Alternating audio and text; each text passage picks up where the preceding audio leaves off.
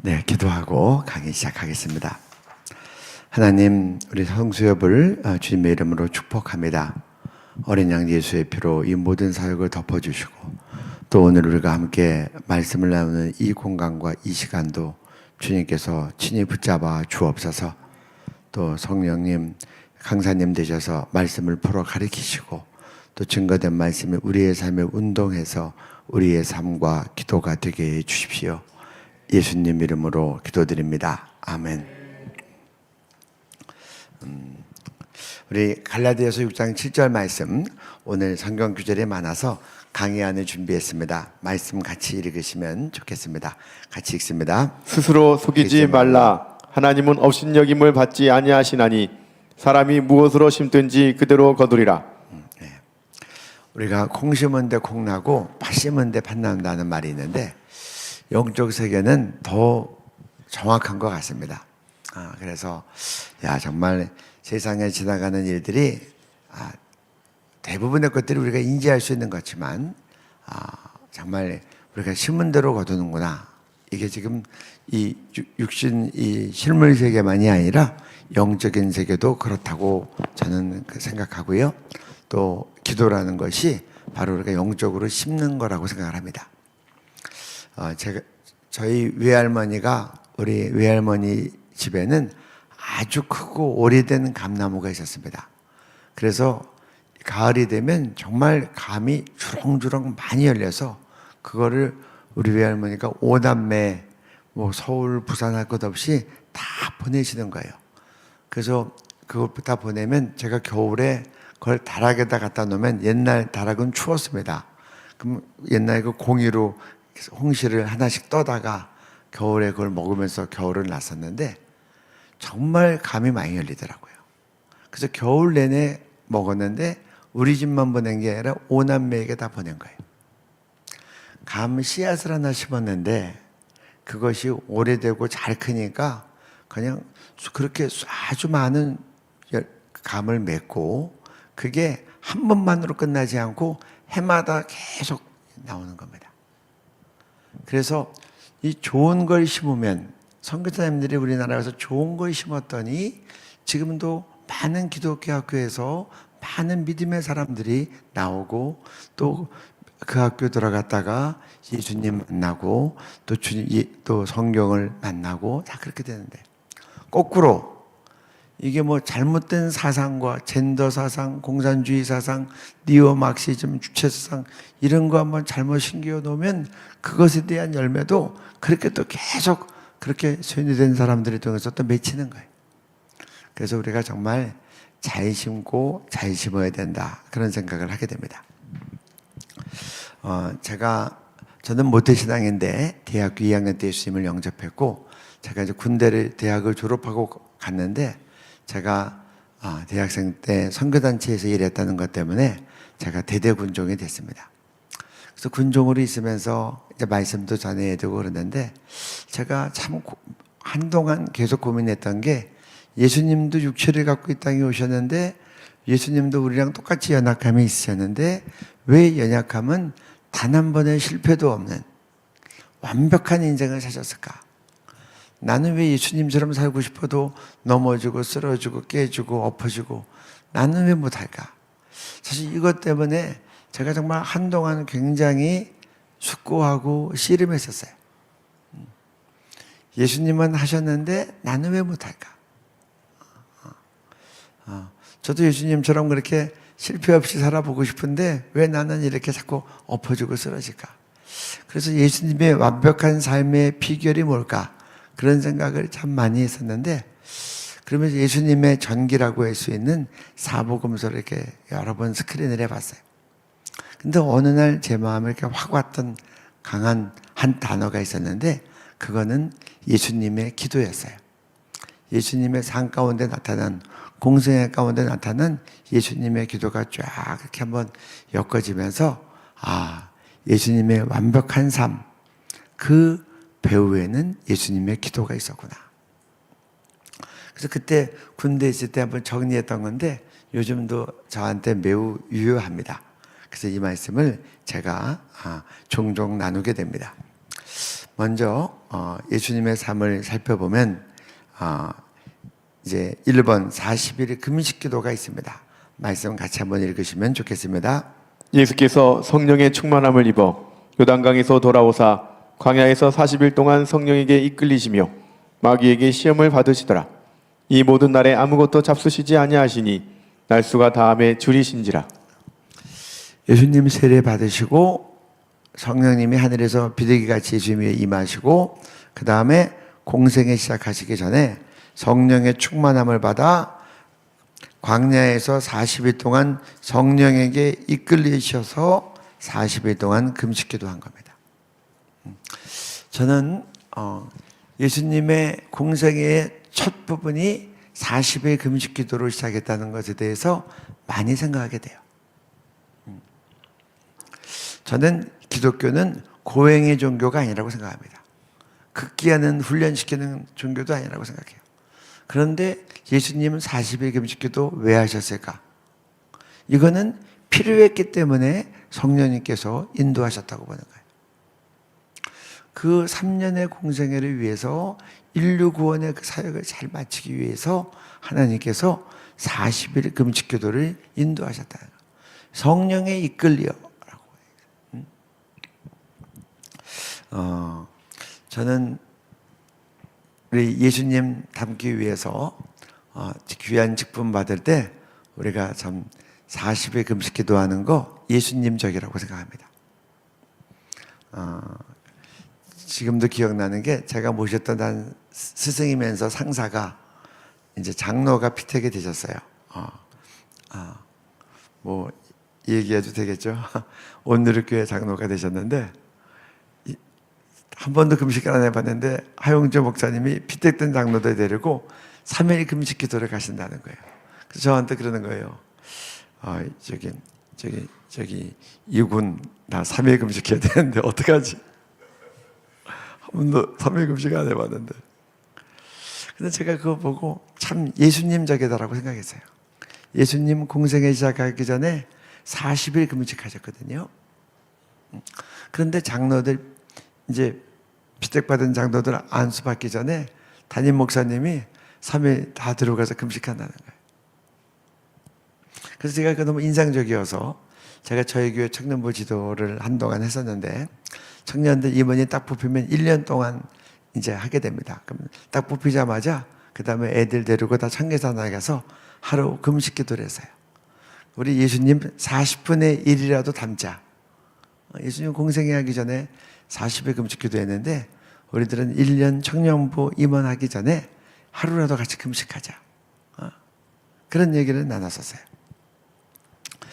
예수님의 공생애의 첫 시간은 40일 금식 기도로 시작이 됐고 그렇기 때문에 끝나고 나서 마귀의 시험도 다 이기셨고 공생애를 감당할 수 있는 성령의 기름 부음과 능력과 그리고 하나님의 임재와 말씀이 있었다고 믿습니다.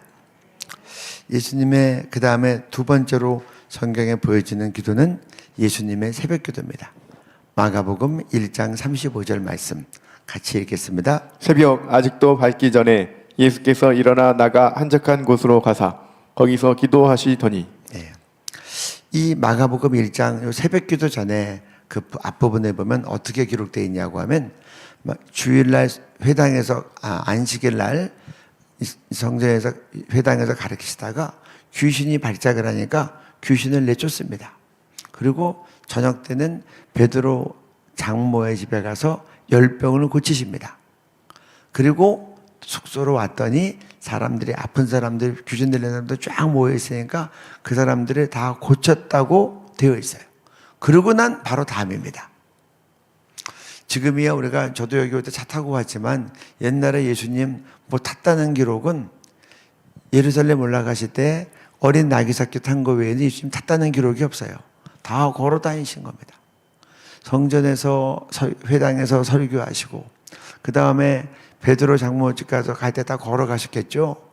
그리고 여러분들 예수님은 뭐 축사를 쉽게 하셨겠지만 귀신 쫓는 게 그렇게 만만하지 않습니다. 귀신 쫓고 그다음에 멀리 아마 걸어서 신방 가셨을 거고 또 그래서 안수해서 그 시몬 장모를 낫게 하시고 그러고 돌아왔더니 각색 병든 자와 귀신 들린 자들이 가득 모였다고 돼 있어요. 그래서 그들을 다 치료하시고 그 다음은 새벽입니다. 그러면 피곤하시겠죠. 말씀 사역하셨고 신방하셨고 또 밤늦게도 환자들 고치고 귀신 들린 사람들 내쫓으셨는데 그 다음날 새벽 그것도 밝기 전에 옛날 전경에 보면 새벽 오히려 미명에 새벽 중에서도 이른 새벽에 예수께서 일어나서 한적한 곳에 가서 거기서 기도하셨다는 겁니다. 피곤하실 텐데 푹 자고 주무시면 안 됐을까? 피곤하실 텐데 새벽에 일어나도 멀리 한적한 곳까지 가지 않고 그냥 거기서 기도하면 안 됐을까? 그런 생각도 드는데 그 다음 말씀을 보면 이해가 돼요. 베드로가 예수님 찾으러 온 겁니다. 찾으러 와가지고 예수님 여기 계셨군요. 벌써 사람들이 예수님 찾으러 많이 와 있어요. 아픈 사람들이 와 있어요. 예수님 빨리 가셔야 됩니다. 예수님 기다리는 환자들 많이 있어요. 그러니까 이 말을 볼 때 어떻게 생각되는가? 예수님께서 아마 푹 주무시고 아침에 일어나서 기도하려고 했으면 기도 못 하셨을 거예요. 이른 아침부터 온 환자들한테 붙잡혀서 곧바로 사역에 들어갔을 겁니다. 두 번째로 일찍 일어나셨어도 그 자리에서 기도했으면 기도를 오래 못 하셨을 거예요.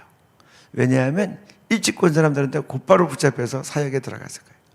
그런데 새벽에 한적한 곳에 가서 기도했기 때문에 예수님의 기도가 보호됐다고 생각해요.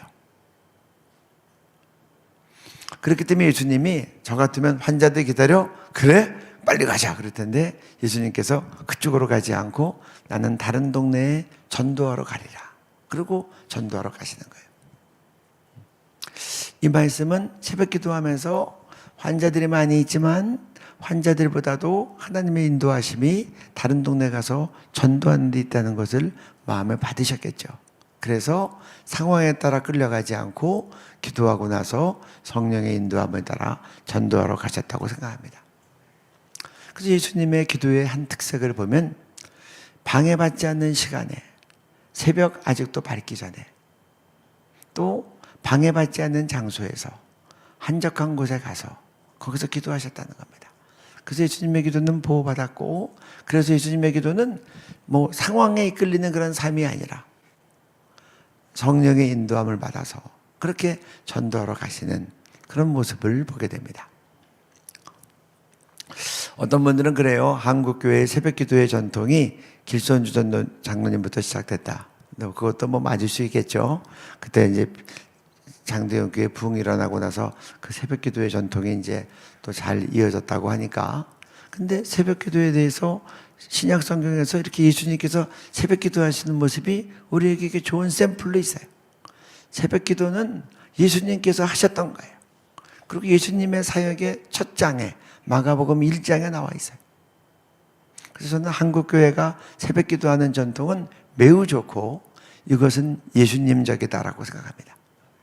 저는 한국교회 부흥의 가장 큰 원동력이 이 새벽기도에 있다고 믿어요. 새벽기도 때문에 사실 목사님들도 복을 받는 거예요. 없으면 안 할 텐데 이것 때문에 억지로 하는데 억지로 하는 그게 자신을 보호하고 첫 시간을 하나님께 드리는 게 얼마나 좋아요. 일어나서 이것저것 뭐 신문 보고 뭐 이거 전화 받고 문자 보고 머리 복잡해지기 전에 새벽에 일어나서 말씀 보고 또 말씀 강론하고 그리고 무릎 꿇고 기도하고.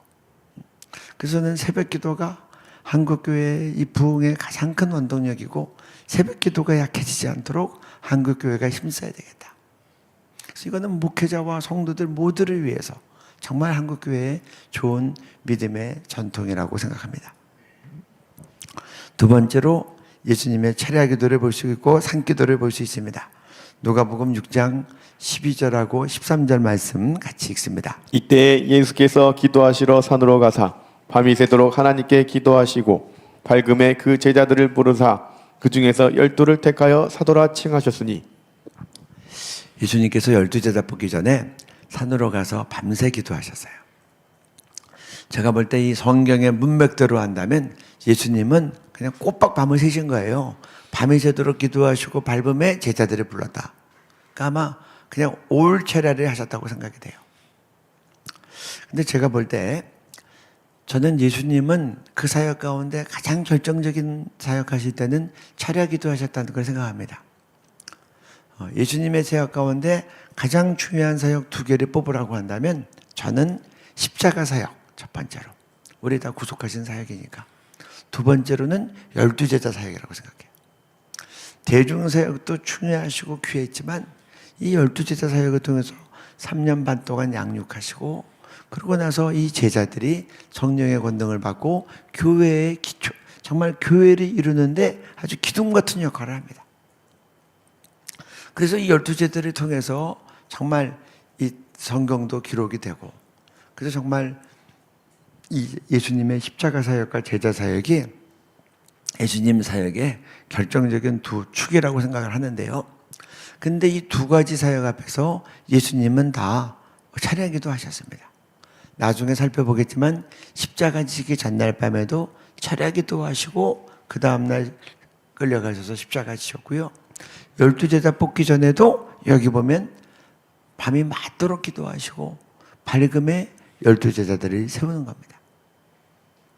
그래서 정말 우리는 우리 인생의 결정적인 일 앞에서 우리는 어떻게 하는가 한번 돌아보면 좋겠어요. 저는 지금도 제가 후회되는 게, 한 번은 그 다음날 아주 중요한 일이 있었는데 제 마음에 차례 기도에 대한 감동이 오는 거예요. 근데 제가 하기 싫었어요.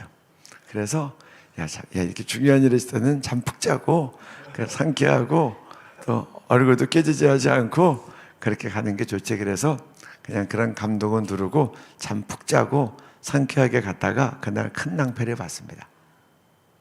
그래서 지금도 제가 그때 마음에 그런 감동이 왔을 때 힘들어도 차례기도 했으면 몸은 피곤했겠지만 그 다음날 일이 참 하나님께 영광되고 저에게도 참 좋았을 텐데, 그런 생각을 해요.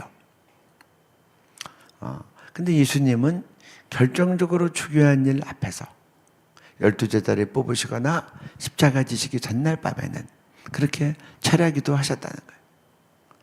이것도 뭐 성령님께서 이렇게 감동을 주셔서 그렇게 인도하셨겠죠. 그래서 우리는 우리를 돌아보고 우리는 중요한 일 앞에서 어떤가? 뭐 모든 중요한 일 앞에서 다 차례기도 하라는 건 아닙니다. 하지만 예수님 가장 결정적인 두 일 앞에서 다 차례기도 했던 모습이 그려져 있으니 우리도 중요한 일 앞에서 하나님 감동 주시면 차례기도 하는 것이 예수님 적이다, 이렇게 생각합니다. 우리 계속해서 읽습니다. 마태복음 14장 23절. 무리를 보내신 후에 기도하러 따로 산에 올라가시니라. 저물매 거기 혼자 계시더니 무리를 네. 작별하신 후에 기도하러 산으로 가시니라. 저물매 배는 가답 한 데 있고 예수께서는 홀로 무태에 계시다가. 예수님 보면 산기도하는 모습이 계속 나와요. 그리고 그 산기도는 사역 끝나고 나서 사람들 내려보내고 제자들 홀로 가셔서 거기서 저녁기도, 밤기도, 차례기도 했다고 생각이 됩니다. 제가 이제 차례기도에 대해서는 제가 이제 마음에 좀 생각이 있습니다.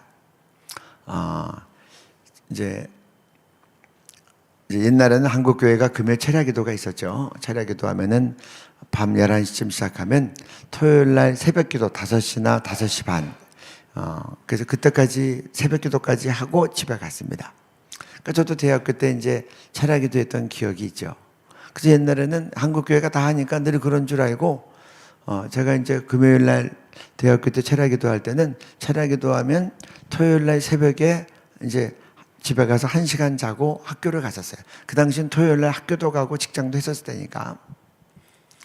그러다가 제가 이제 교회에서 청년부를 지도하다가 제가 이제 미국 갔다 왔더니 이제 2대 다락방에서 다락방 전도협회에서 보통은 목사님이 총무를 하시는데 이번에는 졸업생 중에서 총무를 뽑겠다는 거예요.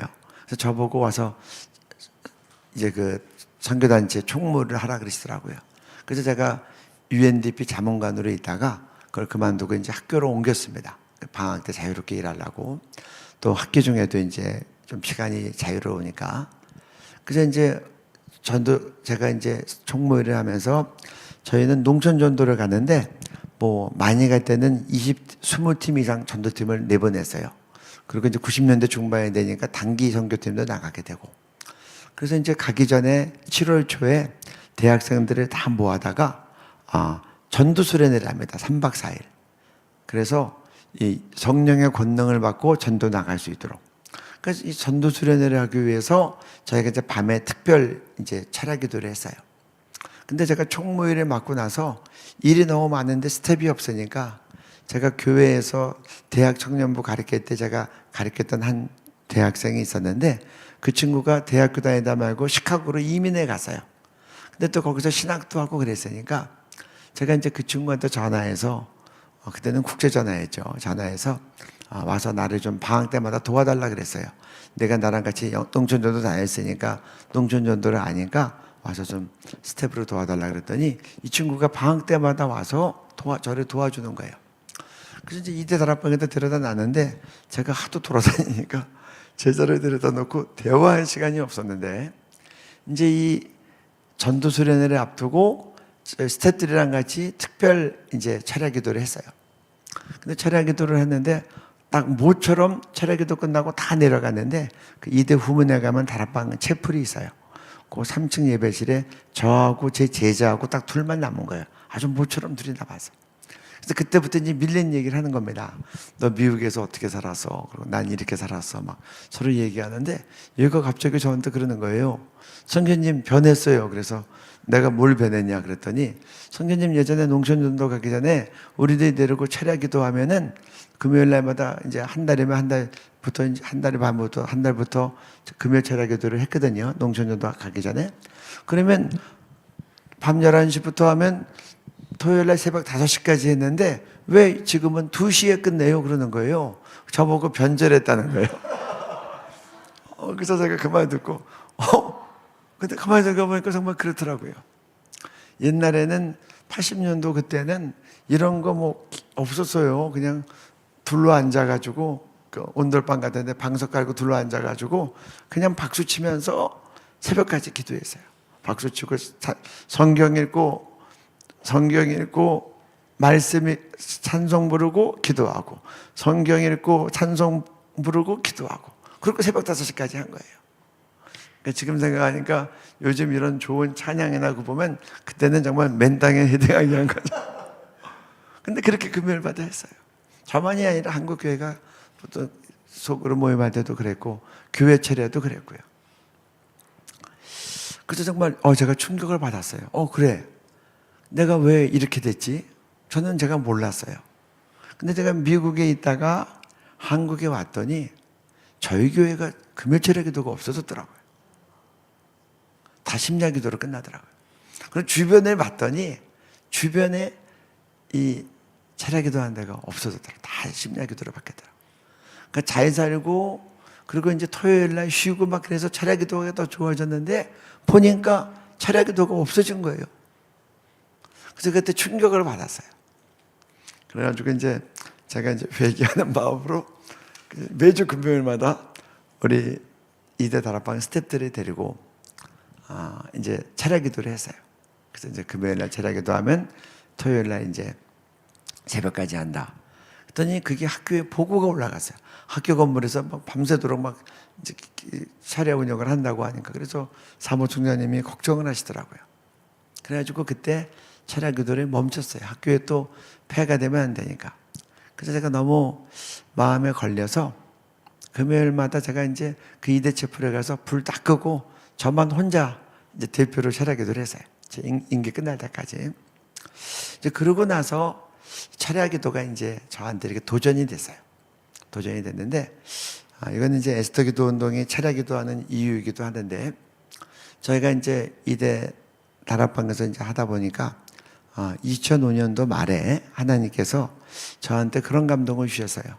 나는 나라가 이제 더 정말 기도가 많이 필요하고 또 북한 농부들까지 자유롭게 예수 믿게 하려면 너희들 월요일 날 그때 그 에스더 기도 운동의 전시는 월요일날 저녁 때 기도하는 저녁 기도 모임이었어요. 이런 하은선 기도 모임처럼 저희들은 월요일날 저녁 때 이대 다락방 채플에서 모여서 저녁만 기도했어요. 근데 저녁만 기도하기를 원하지 않고 나는 너희가 쉬지 않는 기도로 주께 나오기를 원한다. 그래서 제가 그랬어요. 하나님, 저는 못합니다. 제가 풀타임 직장 생활하고 있고 또 선교단체에서 이사로 일하는 게 몇 개가 있고 주말에는 청년부 가르치고 그리고 제가 못합니다. 그리고 제가 못하는 거 남한테 하자고도 못합니다. 그래서 제가 감동이 올 때마다 그것을 이렇게 꾹꾹 눌렀어요. 그랬더니 한 번은 기도하려고 또 있는데 이제 2005년 12월 초인데 하나님의 그런 마음 주시더라고요. 내가 정말 쉬지 않는 기도를 받기를 원하는데 너 때문에 안 된다는 거예요. 그래서 제가 아니 주님 저 때문이라니요. 그렇게 가만히 있는데 정말 부담이 되더라고요. 그래서 알겠습니다. 그때 본 감동이 네가 말하면 내가 시작할 텐데 왜 네가 말도 안 하냐는 거예요. 그래서 제가 알겠습니다.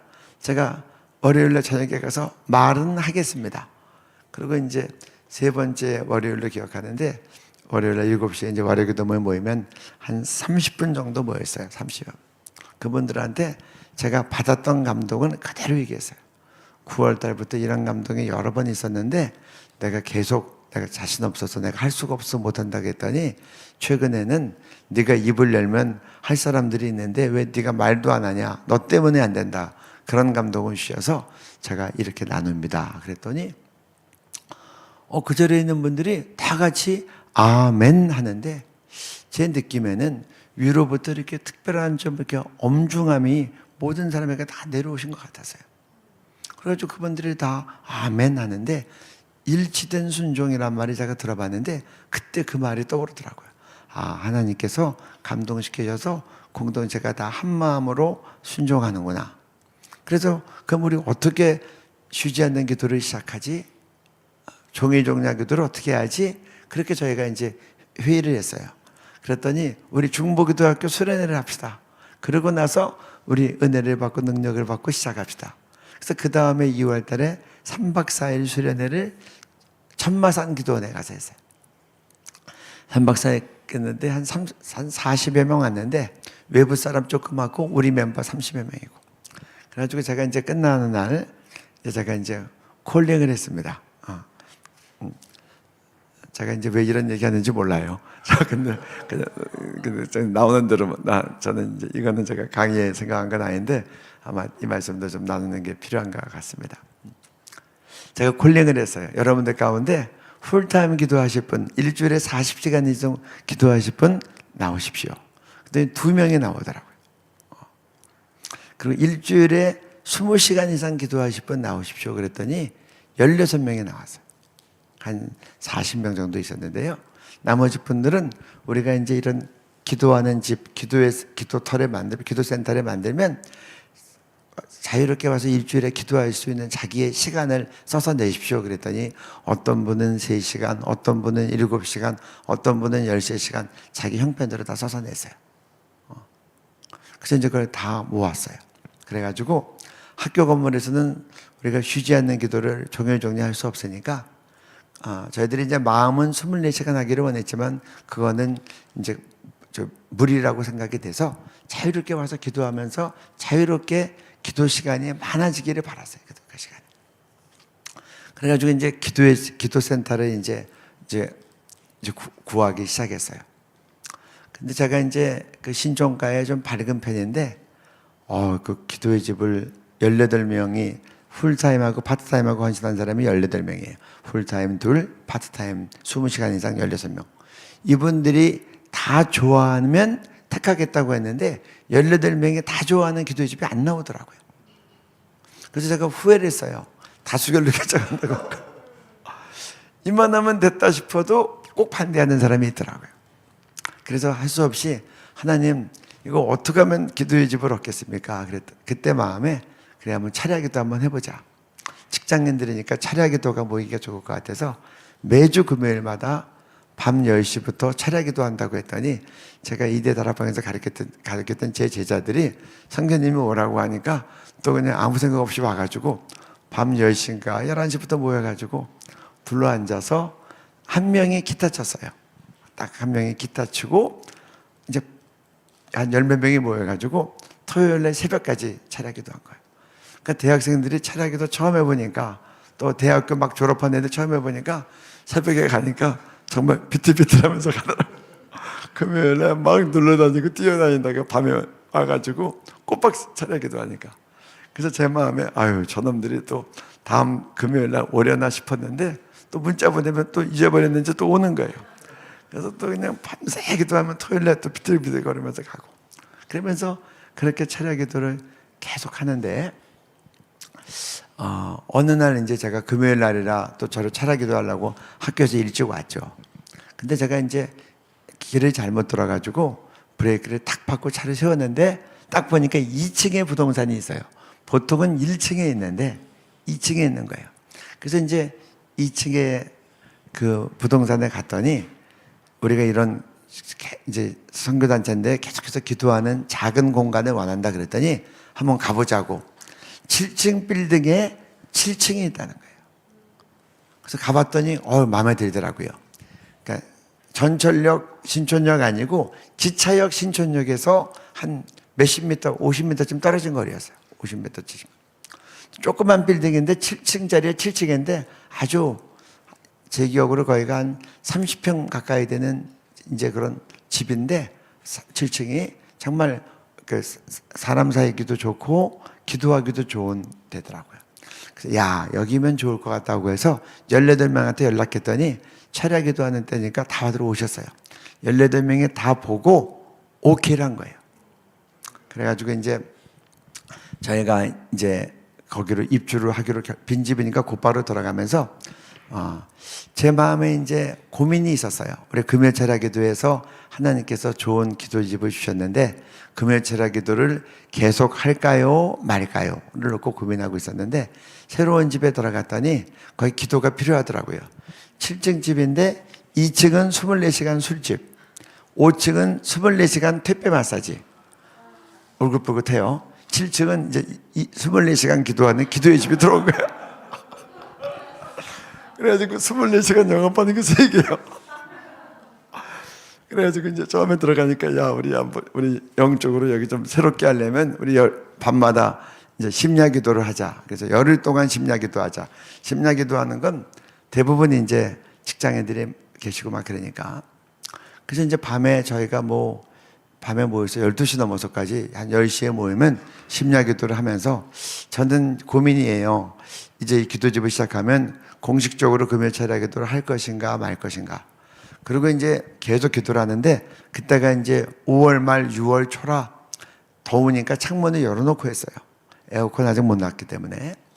근데 한 번은 막 저희가 찬송 부르고 기도하고 있는데 바깥에서 누가 막 두들겨요. 문을 열어봤더니 5층 퇴폐 마사지 사장 아줌마가 올라온 거예요. 그래가지고 막 저한테 막말을 하는 거예요. 그러면서 찬송가 작작 불러요. 손님 떨어져요. 그러더라고요. 우리가 문 열어놓고 찬송. 그러니까 정말 이해가 되더라고요. 그 퇴폐 서비스 받는데 찬송가 들려면 얼마나 겁하겠어.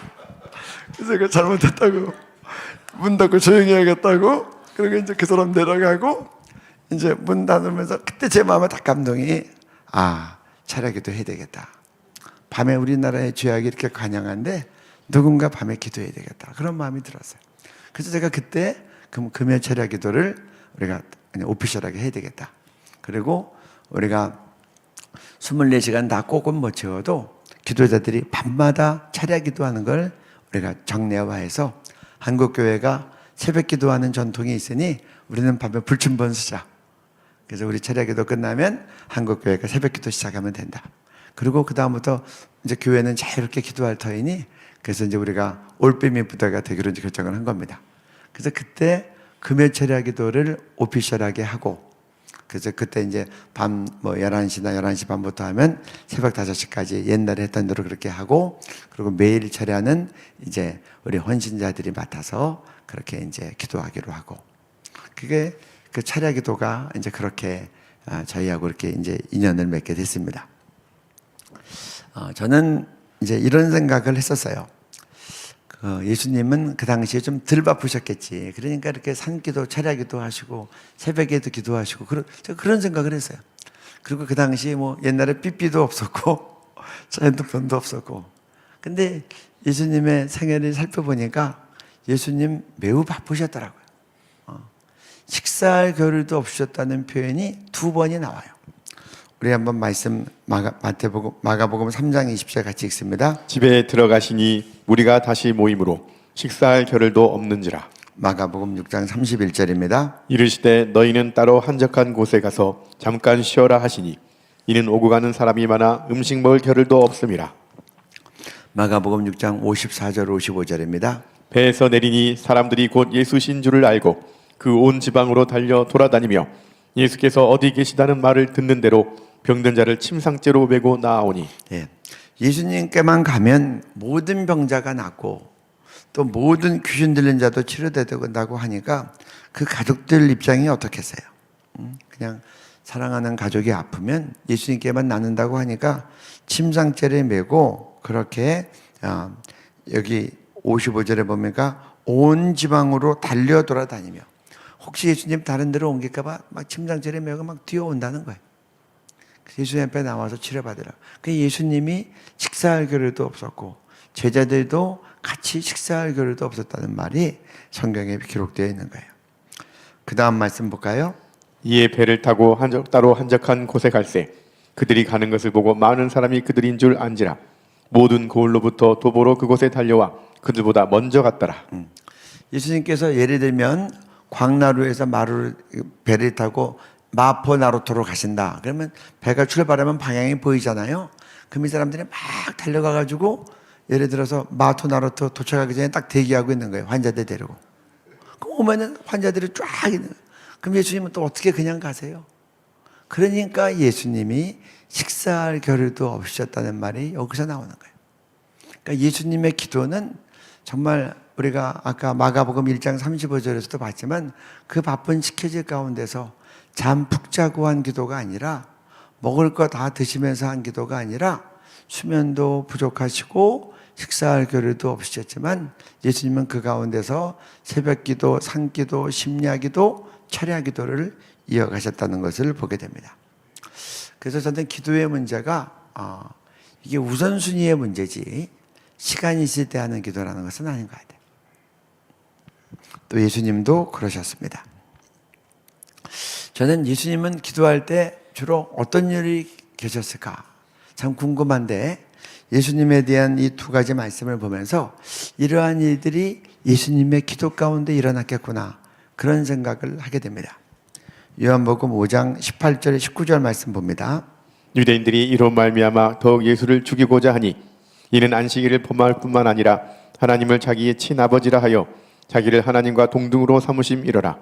그러므로 예수께서 그들에게 이르시되 내가 진실로 진실로 너희에게 이르노니 아들이 아버지께서 하시는 일을 보지 않고는 아무것도 스스로 할 수 없나니 아버지께서 행하시는 그것을 아들도 그와 같이 행하느니라. 이거는 이제 무슨 말이냐고 하면요, 베데스다 연못에서 38년 된 병자를 주님께서 고치십니다. 그리고 그 침상을 들고 집으로 걸어가라 그랬어요. 그러니까 예수님이 이제 안식일날 사람들 고치는 것 때문에 계속해서 논쟁이 벌어지고 갈등이 심화되는데, 예수님께서 이제 한술 더 떠서 안식일날 환자만 치료한 게 아니라 2000년 전이면 초기 삼국시대입니다. 이 침상이 뭐 가벼웠겠어요? 그 무거운 침상을 들고 베데스다에서부터 예루살렘 거기까지는 안식일날 걸어갈 수 있는 규정의 거리가 넘어가는 거예요. 안식일날은 일정 거리를 걸어가면 안 되고 일정 이상의 무게를 들어도 안 돼요. 근데 그걸 다 범하게 한 거예요. 그러니까 막 살리기 등등해서 막 달라붙으니 그때 주님께서 하신 말씀이, 나는 내가 내 맘대로 하는 거 없어. 그러면서 뭐라 그러냐면 아버지께서 아버지께서 하는 일을 다 보여주셔. 하는 아버지께서. 나는 본대로 하는 거야. 그렇게 얘기하는 거예요.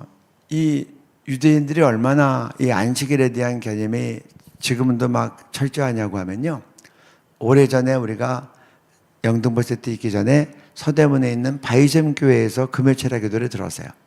근데 이스라엘 국회의원이 10분이 오신다는 거예요. 오시면 금요일 날 그들이 세뱃이 시작하니까 안식일이 금요일 날 저녁부터 시작하니까 우리 금요일 절할 때 오겠다는 거예요. 그래서 같이 프로그램을 하기로 했는데 금요일 절하는 날 당일날 못 온다고 연락이 왔어요. 그 이유는 그분들이 롯데호텔에 머무는데 안식일이라 차를 안 타고 걸어와야 되는데 거리를 재봤더니 롯데호텔부터 서대문 사거리까지가 안식일날 걸어갈 수 있는 거리가 오버됐다는 거예요. 그래서 못 온다고 당일날 연락을 받았어요. 지금도 그래요. 저희가 이스라엘 단기선교 가면 이제 머무는 호텔에서 컨퍼런스를 하는데 세벳 엘리베이터가 따로 있어요. 바로 옆에 서 있어요. 거기는 손가락도 안 눌러요. 엘리베이터가 전층을 다 서요. 그러니까 제가 말씀드리는 거는 지금도 그런데 옛날에 오죽했겠어요. 그런데 환자 고치는 것 때문에도 말이 되는데 글쎄 이 무거운 침상을 무기에서 또 걸렸죠. 거리 베데스다에서 연문에서 예루살렘까지. 이러니까 이제 이들이 막 화가 나서 덤비되 예수님이 그렇게 얘기하신 거예요. 나는 내 아버지께서 내 행할 일을 다 보여주셔. 나는 주님께서 보여주신 대로 내가 행하는 거야. 내 마음대로 하는 거 아니야. 하나님께서 나에게 다 명하신 대로 한 거야. 이렇게 얘기를 하는 겁니다. 그럼 언제 보셨겠어요? 제가 볼 때 하나님 앞에서 독대하는 기도 시간이 보지 않았을까? 저는 그렇게 생각합니다. 그 다음 말씀 볼까요? 요한복음 12장 49절. 이 말씀을 같이 한번 읽으면 좋겠습니다. 내가 내 자유로 말한 것이 아니요 나를 보내신 아버지께서 나의 말할 것과 이를 것을 친히 명령하여 주셨으니. 예수님도 그렇게 얘기해요. 내 말도 내 마음대로 한 거 아니다. 내가 말할 것, 이룰 것을 하나님께서 친히 말씀해 주신 게 아니라 명령해 주셨다는 거예요. 이 말은 꼭 그대로 해야 된다는 거예요. 그러니까 예수님은 하나님께서 명령한 대로 말하신 분이었어요. 그래서 우리가 예수님을 보면 그 안에 하나님을 본다는 거예요. 여기 보면 말할 것과 이룰 것. NIV 성경에 보면 what to say, 이룰 것, how to say. 무엇을 말할지, 어떻게 말할지를. 그러니까 말하는 주제와 내용도 중요합니다. 그런데 그것을 어떻게 표현하느냐도 중요해요. 그런데 이 두 것을 다 말씀해 주셨다. 어떤 분들은 말하는 내용은 좋은데 방법이 그래서 또 어려움이 될 때가 있고, 어떤 사람은 말하는 내용과 주제가 잘못돼서 그것도 문제가 될 수가 있는데, 주님은 말할 것 그리고 어떻게 말할 것도 친히 명령해 주셨다는 거예요. 기도할 때 하나님으로부터 이러한 하나님의 명령을 듣고 하나님의 앞서 행하심을 보고, 이게 예수님의 기도 가운데 이루어진 일이라고 생각합니다. 예수님의 기도의 백미라고 할 수 있는 우리 이제 그 겟세마네 기도를 보겠습니다. 철학 기도에 대해서 한 번 더 말씀드리면, 그러고 나서 저희가 이제 그 7층에 있는 기도의 집에서 1년여를 있으면서 기도했던 것 중에 하나가, 하나님, 기도의 집 아래층에 24시간 술집은 뭐고 24시간 TP 메시지는 뭡니까? 라고 계속 기도했어요. 그랬더니 저희가 있는 1년 동안에 24시간 술집은 없어졌어요. 그러고 나서 이제 조금 더 있어서 나중에 이제 제가 거기 한번 확인하러 가봤더니 5층 TP 메시지도 없어졌더라고요. 그래서 하나님께 감사해서. 그리고 또 신촌이 이제 예상 모텔이 매우 많았어요. 지금은 모르겠는데 옛날에 정말 많았어요. 왜냐하면 제가 기도의 집 얻으려고 돌아다니다 보니까 그렇게 많이 보이더라고요. 그래서 한 번은 차례 기도하는데 주님께서 그런 2시가 넘었는데 주님께서 그런 마음을 주시는 거예요. 이 밤에 불이야! 그러면 죄 짓다가 옷도 제대로 못 입고 뛰어나올 사람이 얼마나 많겠냐. 제가 그리고 24시간 술 마시다가 술집에서 튀어나올 사람들. 그런데 불이야 그랬을 때 기도가 나오는 사람은 얼마나 되겠냐. 그런 질문이 저한테 오는 거예요. 그래서 그때 제가 정말 이 밤이 취약지구다. 밤에 누군가는 기도해야 되겠다. 그래서 그때 우리가 매일 밤 기도도 그렇게 이제 하게 됐던 이제 그런 경우였습니다. 우리 겟세마네 기도로 가겠습니다. 네.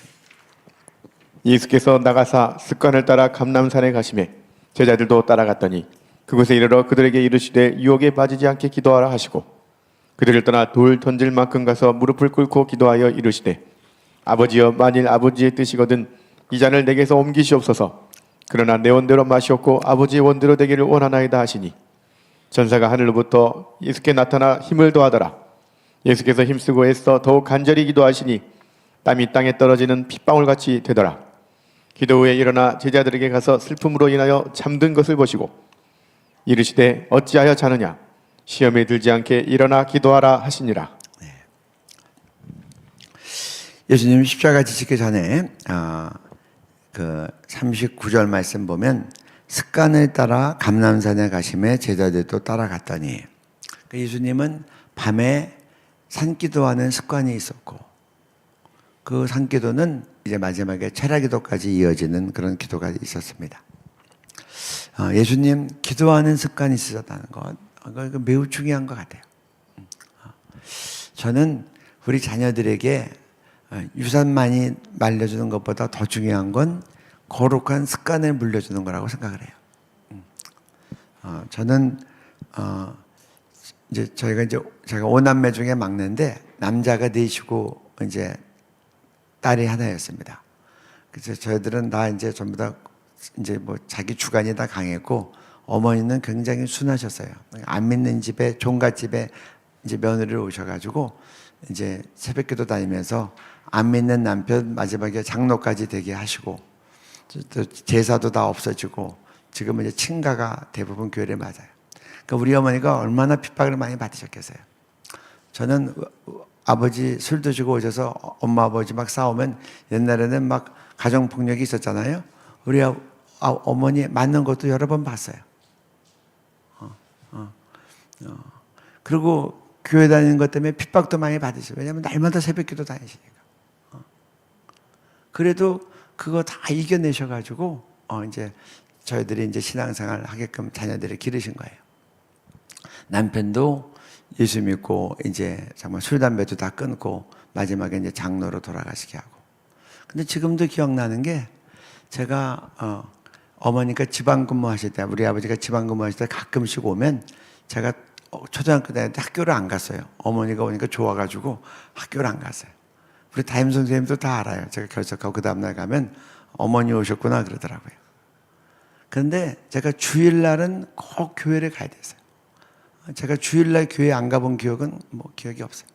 어머니가 그건 하도 엄하시니까. 그리고 옛날에는 주일 학교가 오후에도 있었어요. 오후에 4시인가 있었는데 오후에는 많이 안 모이거든요. 그리고 그 당시에 만화영화가 나오고 텔레비가 막 나오고 만화영화가 나와서 황금박쥐 만화영화 제가 막 열심히 보고 있는데 4시만 되면 우리 어머니가 정확히 저를 불러서 교회로 보내시는 거예요. 제가 막 울면서 가면서 나는 참 불행하다. 남들은 다 황금박쥐 보는데 왜 나는 만화영화도 못 보고 애들 별로 모이지도 않는데 오후 예배까지 가야 되나. 근데 이제 그게 너무 고마운 게 그렇게 이제 주일이 그렇게 중요한 걸로 배웠더니 병원에 입원했을 때도 주일날 되면 선생님한테 얘기하고 양복 입고 주일 예배 갔다 오는 거예요. 택시 타고. 그러니까 주일 성수에 대해서 그리고 예배가 귀하다는 거. 그리고 어머니가 이제 갈 때 그 당시 10원짜리 종이돈을 줬어요. 아주 새 돈으로 주셨어요. 우리 어머니가 돌아가실 때까지 헌금할 때 늘 새 돈으로 하셨어요.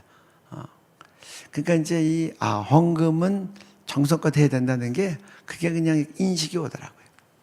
그래서 외국에 갔을 때도 주일날 되면 꼭 가서 예배 드려야 된다고 생각하고 그게 이제 저를 이렇게 지키는 어떤 중요한 축이 됐던 것 같아요. 그래서 저는 우리 자녀들에게 정말 주일 예배를 귀히 여기고 주일 성수를 귀하게 여기고 그리고 날마다 말씀 보고 기도하는 거 그런 거룩한 습관을 심어주면 다른 거 아무것도 안 줘도 그것보다 더 귀한 유산이 있을까? 아브라함 링컨은 어머니로부터 받은 성경과 그 신앙의 유산 가지고 대통령에 대해서 노예를 해방시켰는데 그래서 저는 예수님께서 이 거룩한 습관이라고 기록된 말씀을 보면서 우리도 거룩한 습관이 있어야 되고 기도하는 습관이 있어야 되고 우리 자녀들에게도 이것을 이어줘야 되고 그렇게 생각을 합니다. 그리고 이제 41절에 보면 그곳에 이르러 기도하라 하시고 41절에 보면 돌더지만 가서 무릎을 꿇고 기도했다 그래요. 무릎을 꿇고. 이 예수님이 무릎 꿇고 기도하셨다고 하는데 성경에 보면 무릎 꿇는 기도에 대한 예들이 나옵니다. 우리 말씀을 한번 다 같이 하나하나 읽어보면 좋겠습니다. 엘리야가 갈멜산 꼭대기로 올라가서 땅에 꿇어 엎드려 그의 얼굴을 무릎 사이에 넣고 네. 다니엘서 다니엘이 이 조서에 왕의 도장이 찍힌 것을 알고도 자기 집에 돌아가서는 윗방에 올라가 예루살렘으로 향한 창문을 열고 전에 하던 대로 하루 3번씩 무릎을 꿇고 기도하며 그의 하나님께 감사하였더라. 그 다음 사도행전 이 말을 한 후 무릎을 꿇고 그 모든 사람들과 함께 기도하니 다 크게 울며 바울의 목을 안고 입을 맞추고. 사도행전 말씀은 이제 사도 바울이 예루살렘 갈 때 예배소에 들려서 에베소 장로들 불러서 항구에서 같이 기도하고 그리고 이제 예루살렘으로 가는 모습입니다. 그때도 무릎 꿇고 기도했다고 돼 있어요. 예수님도 무릎 꿇고 기도하셨고 성경의 위인들도 무릎 꿇고 기도하셨어요. 그러니까 저는 이제 미국 가기 전에는 기도하면 다 무릎 꿇고 하는 줄 알았어요. 왜냐하면 우리 어머니가 늘 무릎 꿇고 기도하셔가지고. 근데 미국 갔더니 정말 자유롭게 기도하시더라고요. 서서도 기도하고 어떤 목사님은 눈 뜨고도 기도하시더라고요. 그래서 제가 생각이 많이 열렸어요. 기도는 이렇게 이제 그 형식에 꼭 매일 건 아니구나. 그래서 저도 운전하면서도 소리내서 기도할 때가 있어요. 그런데 지금도 제가 가끔씩 무릎을 꿇고 기도하는데 무릎 꿇고 기도하는 거는 무릎 꿇으면 마음도 단정해지더라고요. 뭐 앉아서 기도하다가는 잘 졸지만 무릎 꿇고 기도하면서 졸기는 쉽지 않아요. 그래서 정말 무릎 꿇는 기도에 장점이 있더라고요. 진지한 기도할 때, 마음과 뜻을 모아서 기도할 때, 내 마음을 쳐서 기도할 때.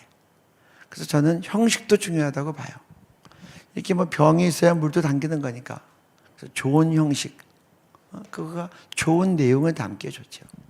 근데 예수님 결정적인 기도, 십자가 지시기 전 기도할 때 산에서 무릎 꿇고 기도하셨어요. 그래서 우리도 무릎 꿇고 기도하지만 우리 자녀들이나 공동체에도 정말 우리도 무릎 꿇고 기도하는 것도 훈련을 시켜서 필요할 때는 무릎 꿇고도 기도할 수 있도록 그렇게 그게 저는 예수님 닮는 거라고 생각합니다. 42절의 기도를 보면 그렇게 기도합니다. 만일 아버지의 뜻이여든 이 잔을 내게서 옮기시옵소서. 그러나 내 원대로 마옵시고 아버지의 원대로 되기를 원하나이다. 제가 예수님의 인생 가운데 단 한 번에 자신의 의사를 표현하셨던 것 같아요. 할만하시거든 이 잔을 내게서 옮기시옵소서. 그러나 그것도 내 원대로 마옵시고 아버지의 뜻대로 되기를 원합니다. 주님께서 왜 이렇게까지 하셨을까? 너무나 고통스럽고 너무나 수치스럽고 치욕스러운 십자가 형태이기도 하고 이 예수님의 마지막에 이 십자가의 잔이 이게 보통 잔이 아니라는 거죠. 가고 오는 모든 인류의 모든 죄악을 그날 밤에 다 거기서 뒤집어 쓰고 꼭 아사셀 염소가 그 모든 죄와 저주를 뒤집어쓰고 성 밖으로 내어쫓지 않습니까? 안 나가려고 하는 그 염소를 내쫓으면 바깥에 광야에 그 짐승들이 다 뜯어잡아 죽이죠.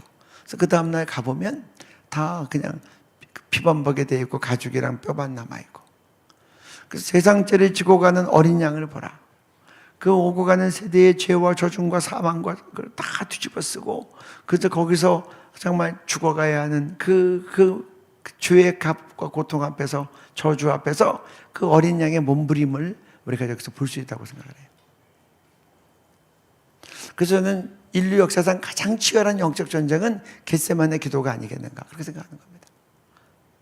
여기서 그 모든 죄의 값과 이 저주와 사망과 고통 온 인류가 받아야 될 것들을 여기서 다 짊어지기 위해서 그 감당할 수 있는 능력을 받은 밤도 겟세마네 밤이라고 합니다. 그래서 그 피하고 싶은 그 자아를 십자가에 먼저 못 박으신 겁니다. 그러니까 예수님의 십자가의 승리는 당일날 승리한 게 아니라 겟세마네에서 승리하신 거예요. 그날 거기서 자기를 십자가에 못 박으신 거예요. 피하고 싶은 그 자아.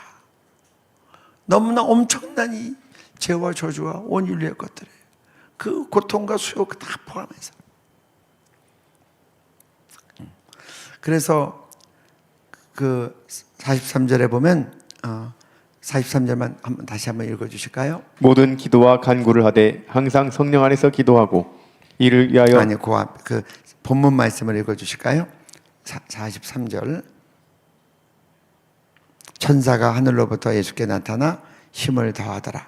그리고 그 다음에 예수께서 힘쓰고 애써 더욱 간절히 기도하시니 땀이 땅에 떨어지는 핏방울 같이 되더라. 그래서 그 밤에 그 모든 인류의 죄와 저주와 사망과 다 감당하기 위해서 그 무거운 이 십자가를 지기 위해서 막 몸부림칠 때 그때 얼만큼 기도했냐고 하면 땀이 땅에 떨어지는 핏방울 같이 되더라. 제가 이제 이 부분을 놓고 성경 공부할 때 우리 그 그룹에 생명과학 박사님이 계셨어요. 근데 그분이 그러시더라고요. 사람이 막 용을 쓰면 모세혈관이 터질 때들이 있대요. 모세혈관이 터지면 땀이 나올 때 피와 땀이 섞여서 나온다는 거예요. 그분이 그러시더라고요. 그러니까 예수님이 얼마나 그냥 온 힘을 다해서 애간장을 끓이는 것도 물론이고 그냥 온 힘을 다해서 이렇게 그냥 적합한 표현인지 모르지만 사람들이 막 그냥 발악적으로 힘을 쓰다 보면 그렇게 막 모세혈관이 터지면서 땀방울로 피가 나온다고 하는데 예수님의 그 기도가 그렇게 처절했다고 하는 겁니다. 근데 이게 자기 힘으로 안 되죠. 그러니까 주의 천사가 나타나 그의 기도를 도왔다는 겁니다. 여러분 막 잠깐 기도했는데 막 몇 시간이 가는 경우가 있죠. 그 성령님께서 기도를 도와주시는 거예요. 평양 대부흥 그 기록을 봤더니요, 한 선교사님이 저녁 7시부터 새벽 5시까지 아마 그 평양 대부흥 때 그렇게 집회하고 기도하시고 막 그랬대요. 그리고 같이 집회 속에 있고 마지막에 새벽에 기도하고 나왔는데 자기는 1시간으로 제가 기억해요. 1시간 지난 것 같았는데 보니까 10시간이 지났더라. 그런 표현이 있더라. 그 주의 천사가 나타나 그 기도를 도운 거죠. 여러분 우리가 그런 말이 있어요. 사람이 술을 먹고 술이 술을 먹고 술이 사람을 먹고. 새술에 붙잡혀도 그런 것 같아요. 처음에 내가 기도를 시작해요. 그 다음에 내가 성령에 이끌려서 기도해요. 그 다음에 내가 성령 안에서 기도해요.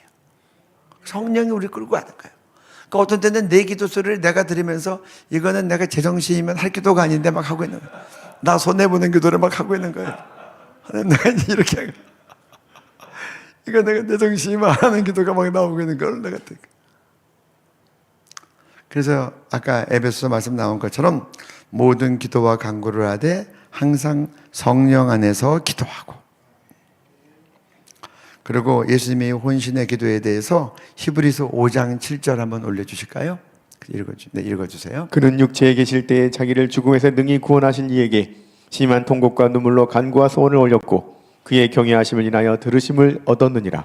예수님의 기도가 심한 통곡과 눈물로 간구와 소원을 올렸다고 히브리서가 기록하고 있습니다. 그리고 하나님의 뜻대로 하는 기도. 저는 제가 이제 이 하나님의 뜻대로 하는 기도에서 떠오르는 건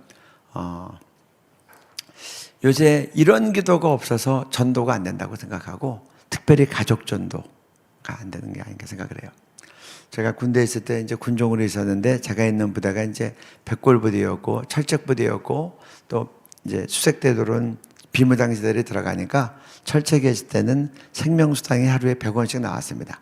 한 달이면 3,000원이에요. 그 당시 신병 월급이 3,000원이었어요. 그러니까 3,000원 받아도 그때 작은 돈이 아니죠. 그래서 이제 우리들이 100원짜리 인생이라 그래서요. 경기도 의정부에서 배치를 받았는데 의정부에 있는 그 보충대에서 조교들이 그래요. 너희들은 백골부대만 안 가면 된다. 너희들은 군장을 풀렸다. 수도권에 배치된다는 거죠. 근데 이제 저는 백골부대로 배치를 된 거예요.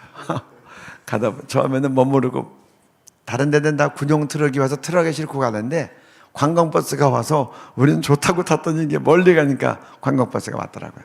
가다가 살판선을 지나서 이제 강원도 철원이라 38선을 지나요.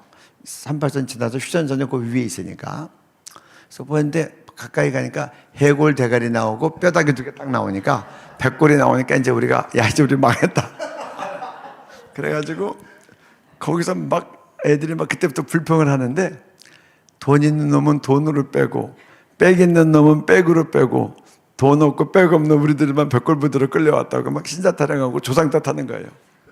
내리자마자 막 군기 잡는다고 막 하는데 우리나라도 방송을 북한으로 쏘고 북한에서도 대남 방송을 쏘는데 어떤 얘기가 있냐면 울려고 내가 왔나 웃으려고 내가 왔나 그 가요가 있죠. 거기에다가 가사를 바꿔서 돈도 없고 백도 없어서 벽골부대까지 끌러온 장병들아 넘어와라 넘어와라 그렇게 노래가 내려와요. 그러니까 제정신일 때는 안 넘어가지만 사고 한번 치면 그런 노래 들으면 넘어갈 수도 있겠더라고요.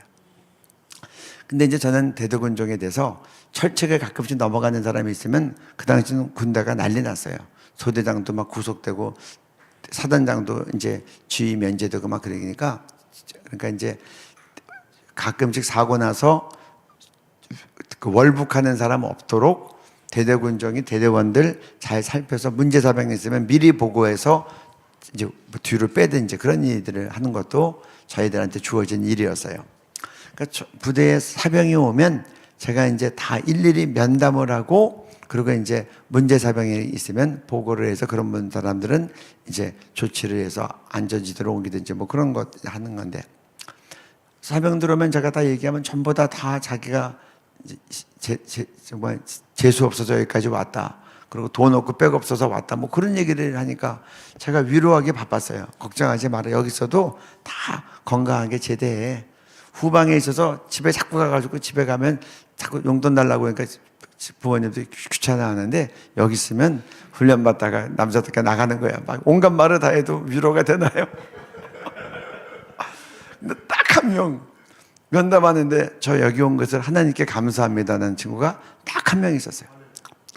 그래서 제가 감동돼가지고 그래서 제가 이제 어떤 걸 들어봤더니 얘가 이제 무녀 동남인데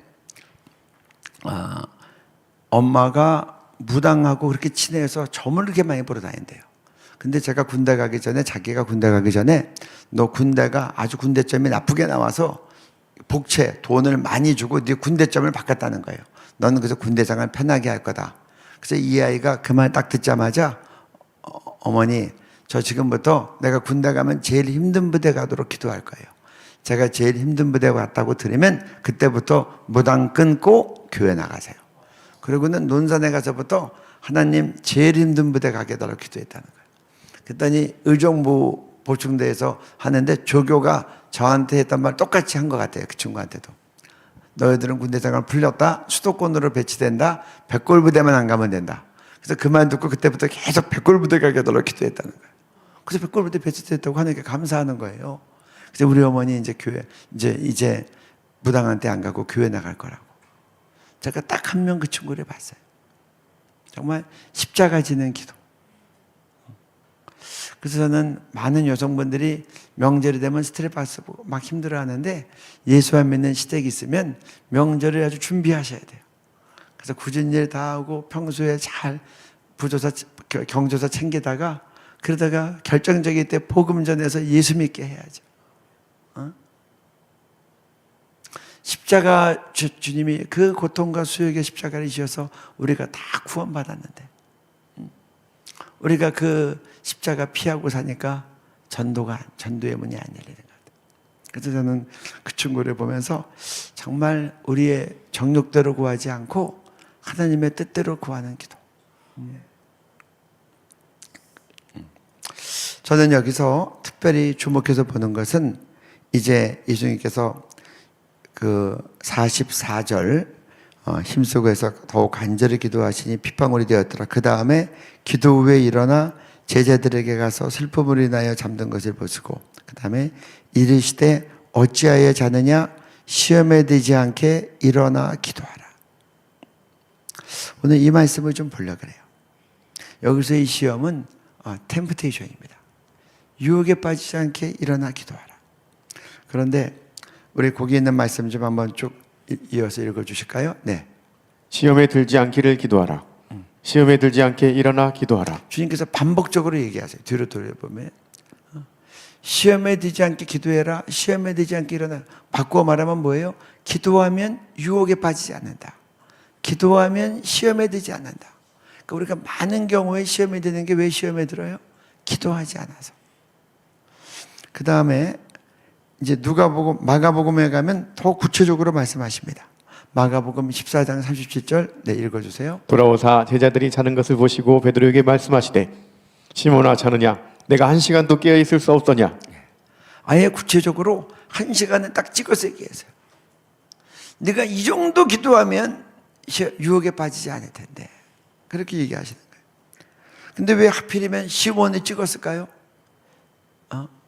거기 가룟 유다 빼놓고 11명이 있었는데 왜 하필이면 시몬만 불러요? 예수님께서 이제 그렇게 앞날을 얘기하시면서 십자가를 지시고 그 다음에 내가 3일 뒤에 부활할 거다라고 얘기할 때 제자들은 부활은 눈에 들어오지 않는 거예요. 자기가 생각할 수 없으니까 그냥 십자가 지신다는 것만 듣고 안 됩니다라고 막 그렇게 하죠. 그때 예수님께서 또 말씀하십니다. 내가 십자가 질 때 너희들이 다 나를 버리고 갈 것이다. 그러니까 베드로가 뭐라고 하냐면요. 이 사람들은 다 주를 버릴지 몰라도 저는 안 버립니다. 그러니까 베드로가 참 표현을 해도 저는 안 버립니다. 그렇게 하면 좋은데 같은 제자들이 있는데 이 사람들은 다 버릴지라도 저는 안 버립니다. 그럼 제자들이 옆에 있다 모르겠어요. 너 잘났다. 베드로가 그렇게 얘기한 거예요. 닭이 2번 울기 전에 네가 나를 3번 부인하리라. 그러니까 베드로는 아주 자신 있게 하죠.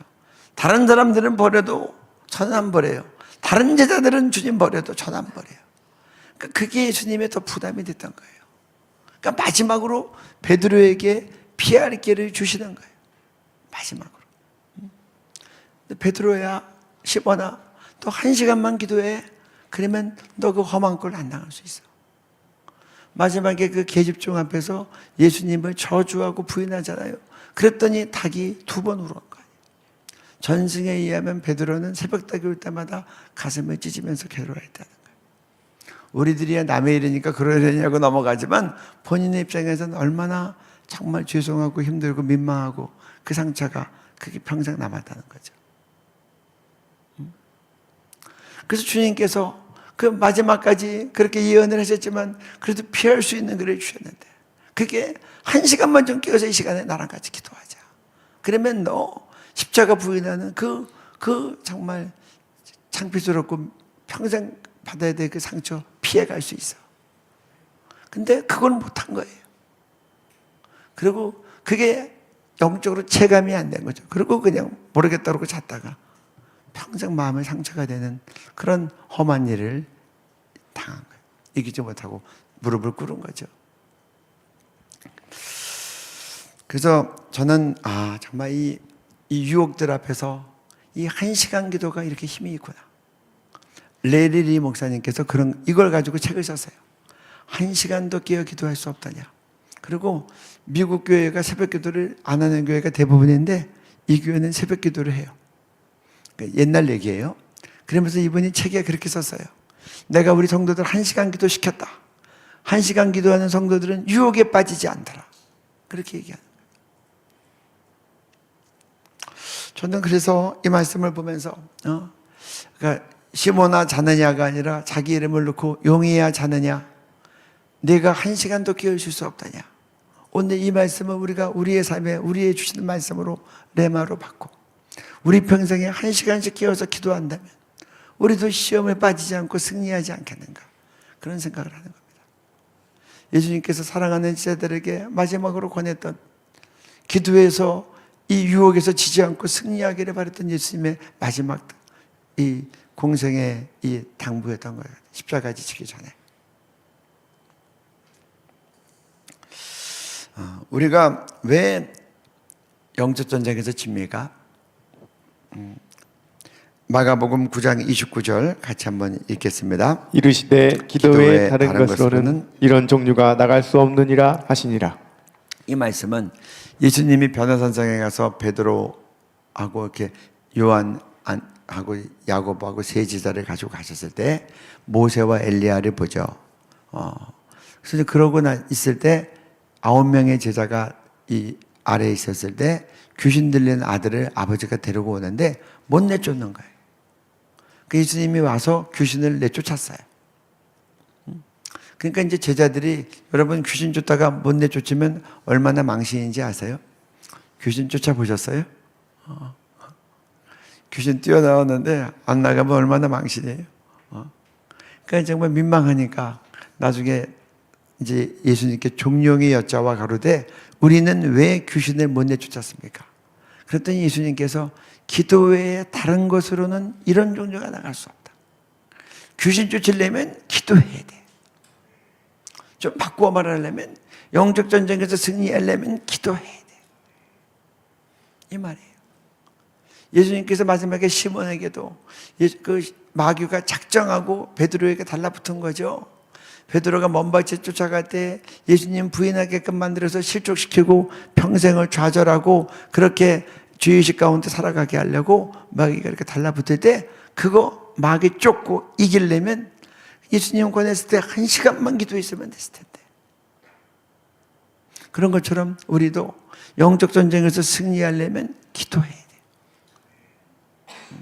그리고 예수님께서 베드로에게 말씀하셨던 마지막 그 예수님의 주문, 1시간 기도 못하겠냐. 그 말씀을 우리가 레마로 받고 하나님 저도 내 평생에 1시간 이상은 기도하겠습니다.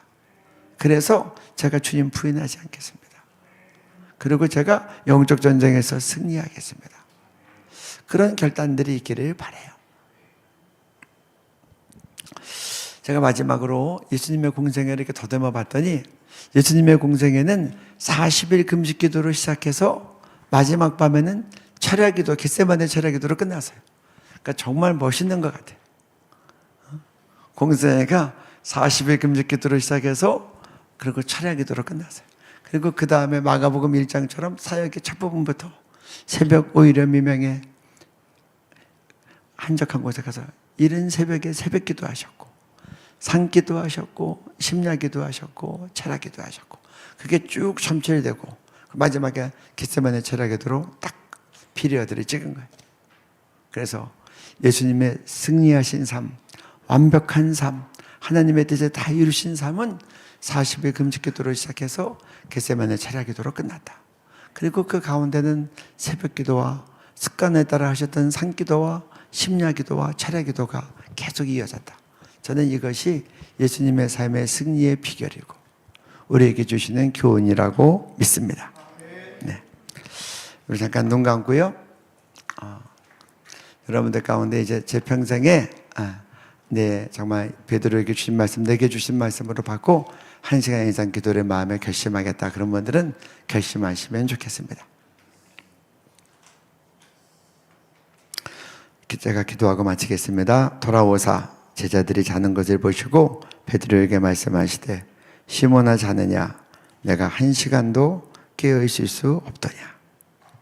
하나님 우리도 1시간 채 기도하지 못해서 쓰러지지 않도록 그래서 베드로처럼 주님 부인하고 평생 우리가 그것 때문에 마음 아파하지 않도록 우리가 사단의 모든 유혹을 무너뜨리고 승리할 수 있도록 하나님 이제 우리 평생에 1시간 이상 기도하는 삶을 기름 부어 주옵소서. 시몬에게 주신 말씀 오늘 제가 받습니다. 그래서 늘 기도함으로 승리하고 그래서 예수님 닮아가고 하나님께 영광 돌리게 하옵소서. 기도로 승리하신 예수님 이름으로 기도드립니다. 아멘. 감사합니다.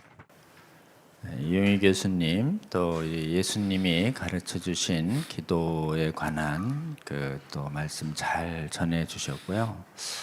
특히 또 우리 그 말씀 전해 주시면서 그 어떻게 그 에스더 기도 운동 본부 사역이 준비되고 또 시작되고 또 발전해 왔는지도 이렇게 좀 또 간증도 이렇게 해 주셨습니다. 그래서 여러분 한번 우리 정말 예수님의 기도를 보는 관점이 예수님께서 연약한 인간 육신의 모습을 입으셨음에도 불구하고 사역 기간에 이렇게 성공적으로 그 아무런 또 실수나 이런 부족함이 없이 이 땅의 그 사역을 완전하게 수행하신 것으로 이렇게 좀 평가하죠. 그래서 우리가 예수님 믿을 때 예수님의 십자가를 통해서 제사함도 믿는 자에게 전가되지만 또 예수님이 이 땅에 사시는 동안 인간으로서 완전하게 사신 것, 첫 아담이 못한 말씀을 온전히 순종해서 영생을 얻는 그 율법을 다 지킨다는 이런 부분에 있어서 지금 정통 개혁주의의 그 신학적 이해는 예수님으로부터 전가받는 의에는 예수님의 완전한 순종의 의도 있다. 십자가의 제사함도 있지만 또 예수님의 완전한 순종의 의까지 전가되기 때문에 이 땅에 예수 믿는 백성들은 타락 전에 아담의 수준으로 회복되는 것이 아니라 아담이 미완성한 완전한 순종의 영역까지 우리 하나님께서 우리 믿는 자에게 그렇게 봐주신다라는 것이 굉장히 귀한 교리 중에 하나입니다. 이걸 능동적 순종의 전가라고 이렇게 이제 신학교에서는 배웁니다. 이 능동적 순종의 성공 비결에 대하여 우리 이 교수님께서는 이거를 기도에 있다라고 이렇게 보시고 예수님의 기도를 배우고 또 본받기 위해서 일평생 그렇게 사셨구나. 지금 사시고 계시구나. 이런 걸 오늘 또 다시 한번 이렇게 보게 됩니다. 그래서 예수님의 그 삶 속에는 우리와 예수님은 어차피 격차가 있기 때문에 뭐 적절하게 좀 해야 한다 이런 타협적인 사고가 저에게는 참 많습니다. 근데 참 놀라운 것은 우리 이용희 교수님은 예수님처럼 살고 싶다 이렇게 해서 예수님의 기도를 최선을 다해서 배우고자 하시는 그 마음이 참 귀하다 이런 생각을 저희들이 들으면서 좀 했습니다. 그러면서 저도 참 약한 게 이제 기도인데 기도의 말씀을 들으면서 많은 좀 도전이 됐고요. 우리 성수협에 계신 분들도 기본적으로는 저희 강의가 굉장히 그 성경 말씀이나 또 신학적 또는 사상, 이론적인 강의 위주로 이렇게 제공이 되기 때문에 이렇게 성경 말씀을 공부해 갈 때 저희들이 정말 부족한 부분 중에 하나는 이렇게 기도로 순종하고 실천하는 부분들이 참 부족해질 때가 많이 있습니다. 한마디로 말해서 전 세계 교회를 지금 미혹하고 전 세계 교회가 엉뚱하게 간 데는 공부만 자꾸 하고 지금 기도는 거의 안 하는 신학 교수들 때문에 지금 전 세계 교회가 거의 어지러워지고 있다 해도 사실은 전혀 과언이 아닙니다. 공부 많이 하고 기도는 거의 안 하는 교수들과 목회자들과 교회 지도자들 때문에 교회가 어렵다라고 말할 수 있어요. 그래서 정말 마귀는 공부 열심히 할수록 좋아하는 것 같아요. 기도는 안 하고. 왜냐하면 공부할 게 전부 마귀가 만들어 놓은 거짓 책들이 책장에 가득하거든요. 책 많이 읽으라고 할수록 돈 많이 먹으라는 말밖에 요즘은 사실은. 그래서 지금 좌파들이 제일 많이 권하는 게 책 읽으라고 하는 내용들이에요. 왜냐하면 책이 전부 오염됐기 때문에 그렇습니다. 신학서적도 거의 80~90%는 오염됐다고 봐야 됩니다. 그래서 공부 많이 할수록 돈 많이 먹었다. 그래서 위험하다라고 볼 수 있어요. 사실은 우리 성수협의 성도 여러분 너무 강의만 듣지 마시고 기도하시는 저와 여러분 되실 주의 이름으로 권면합니다. 예수님은 보실 때 보면 기도하라는 말씀 그래 많잖아요. 1시간도 기도할 수 없더냐? 예수님이 언제 1시간도 공부 안 했다고 책망했어요. 공부 안 하고 책망한 거 거의 없습니다. 우리 예수님은 기도 안 했다고 책망하시지 공부 안 했다고 책망하지 않았다는 것을 여러분 기억하시며 공부 좋아하시는 것에서 좀 돌이키시고 기도를 좋아하시는 저와 여러분 되시기를 주의 이름으로 권면합니다. 네. 정말 예수님이 하신 기도 잘 생각하셔서 금식 기도로 시작하셨습니다. 새벽 기도 하시고 철야 기도 하시고 마지막에 그 겟세마네 기도까지 우리 예수님의 지금 기도 말씀 중에서 우리가 기억해야 할 일 참 많고 1시간도 기도할 수 없다냐, 이때 1시간은 제가 오늘날의 1시간이냐 아니면 2시간이냐는 얘기가 있는데요, 저는 아마 2시간 정도를 이해하고 있습니다. 2시간. 그래서 여러분 정말 1시간, 사실은 요 1시간 기도회 때문에 바뀌잖아요. 이 지금 정오기도회라고 해서 제레미야 이제 랜스피어라고 하는 사람이 지금 뉴욕에서 정오기도회를 하잖아요. 그야말로 1시간 기도했는데 그게 부흥이 이끌어져서 그게 부흥을 불러오고 우리 한국에 온 수많은 선교사들이 출발지를 가보면 그 정오 1시간 기도회에서 시작된 18세기, 19세기 초의 부흥이 한국의 선교사까지 불러일으키는 이런 데로 이어졌다는 걸 볼 수 있습니다. 그래서 매일 1시간 기도 굉장히 좀 중요하다고 생각합니다. 그래서 여러분 혼자 기도하시기 어려우면 지금 매일 철야 기도하는 데는 이제 전 세계에 아무 데도 없어요. 우리 에스더밖에 없습니다. 에스더밖에. 그것도. 그래서 우리 에스더 기도에 여러분 온라인으로 또 이렇게 현장으로 이렇게 잘 참여하셔서 기도 훈련 받으시고 또 기도를 통해서 응답 잘 받으시는 여러분 되시면 좋겠고, 그렇게 기도할 때 그 기도 제목 중에 성경 믿는 믿음이 회복되게 해달라는 교회가 그 기도 제목 중에 그 1시간, 또 따지면 엄격히 얘기하면 2시간 기도하는 동안 저도 지금 하여튼 각 일주일에 한 번 이상씩 산에 가서 기도할 때 표준 한 2시간 합니다. 근데 정말 기도는요 2시간 하려고 마음 먹고 올라가면 조금 하다 보면 기도 제목이 떨어져요. 2시간 기도 채우기 어렵습니다, 여러분. 그럼 여러분 기도 제목이 생각나지 않을 때 성경의 말씀의 신적 권위의 회복을 위하여 꼭 기도하시는 우리 성수협의 성도 여러분 되시길 주 이름으로 정말 부탁을 드리고, 또 에스더의 기도자분들에게 또 성수협에 이렇게 사역을 많이 광고를 해주셔서 에스더에서 많이 기도해주고 계세요. 성수협에 지금 구독자가 한 2,800명 되는데 거의 압도적 다수가 에스더 분들이 중복 가입해서 지금 함께 우리 기도해주고 계시다라고 할 수 있습니다. 여러분 오늘 주신 기도 말씀 잘 기억하시고요.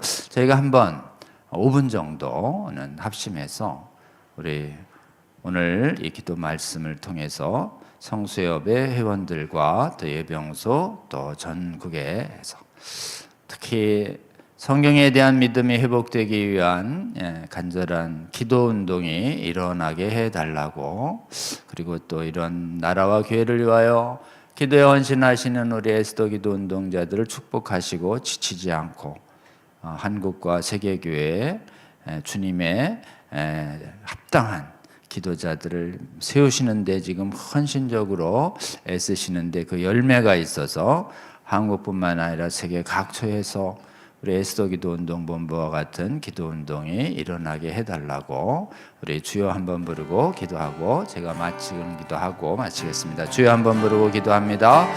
주여 아버지여, 우리 기도를 이용희 교수님 통해서 하나님 배울 수 있게 하여 주시니 감사합니다. 주여 기도가 얼마나 중요한지 삶으로 보여주신 우리 예수님의 모습을 다시 봅니다. 아버지, 저희가 무엇보다도 예수님의 기도를 배우기를 원합니다.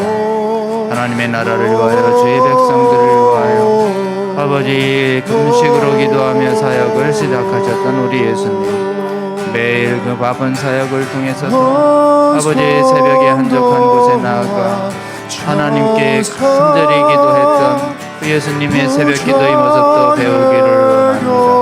그리고 하나님 매일 또 아버지여 그 바쁜 사역을 통해서도 중요 사역이 있을 때마다 산으로 한적한 곳에 가셔서 하나님 제자들을 살피고 이 땅의 백성들의 구원을 위하여, 그리고 하나님의 맡겨주신 사명을 온전한 감당을 위하여 아버지 습관을 따라 산에서 하나님 나라를 위하여 기도했던 우리 예수님의 모습을 우리를 배우게 됩니다.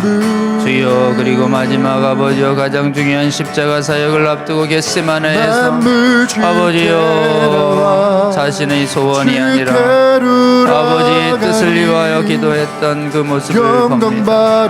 아버지 그러나 제자들은 아버지여 이런 기도하는 예수님의 모습을 보면서도 기도를 배우지 못했고 기도하지 않았고 주여 마지막 겟세마네의 순간에서도 아버지여 한 시간조차 기도하지 못했던 연약했던 제자들의 모습을 봅니다. 주여 무엇보다도 저희들이 시험에 빠지지 않게 하기 위하여 기도하라는 그 말씀을 영혼에 새깁니다. 하나님 오늘 주신 말씀처럼 저희가 삶에서 적어도 아버지 매일 1시간 이상을 하나님 나라를 위하여 기도하는 기도자가 되기를 원합니다.